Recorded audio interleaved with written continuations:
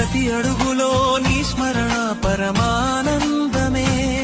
నీ భక్తుడై పుట్టడం నా గొప్ప వరమే. నీ సేవలో తరించడం నా అంతరంగ బలమే. శరణం శరణం శరణం శరణం శరణం. ఏదేమాయో లోకం అంతమాయే, నీ నామస్మరణే శాశ్వత సత్యమాయే. నేటి నుండి నేను స్వామి సేవకుడిని, నీ దివ్య సన్నిధిలో లీనమైన శిశువుని. కార్తీక సోమవారం నీ ప్రతి అడుగులో నీ స్మరణ పరమాన